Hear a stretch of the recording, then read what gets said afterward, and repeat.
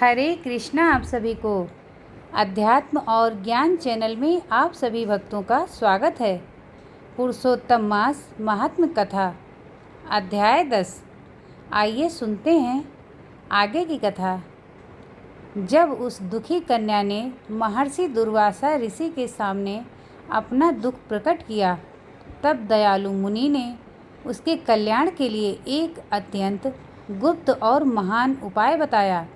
उन्होंने कहा कि शीघ्र ही आने वाला पुरुषोत्तम मास सभी मासों में श्रेष्ठ है और इसमें किया गया स्नान, दान, जप और भगवान की पूजा असंख्य गुना फल देने वाली होती है। उन्होंने समझाया कि इस पवित्र मास में केवल एक बार तीर्थ स्नान करने से भी उतना ही पुण्य प्राप्त होता है जितना हजारों वर्षों तक तप और गंगा स्नान करने से मिलता है।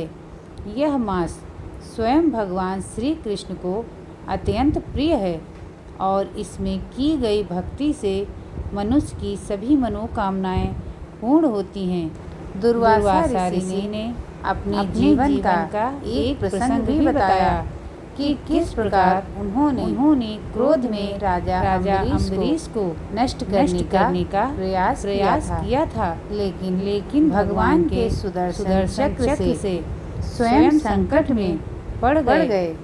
तब इस पुरुषोत्तम मास के प्रभाव से ही वे उस भयंकर संकट से बच सके। इस प्रकार उन्होंने कन्या को दृढ़ता से इस मास का व्रत करने का उपदेश दिया, लेकिन उस कन्या ने मुनि के वचनों को स्वीकार नहीं किया। उसने तर्क करते हुए कहा कि अन्य मास जैसे कार्तिक, वैशाख आदि भी तो महान हैं, फिर यह मलमास कैसे श्रेष्ठ हो सकता है। उसने इस मास की महिमा को समझने के बजाय उसका तिरस्कार किया। यह सुनकर दुर्वासा ऋषि अत्यंत क्रोधित हुए। उनके नेत्र लाल हो उठे, परंतु करुणा के कारण उन्होंने उसे श्राप नहीं दिया।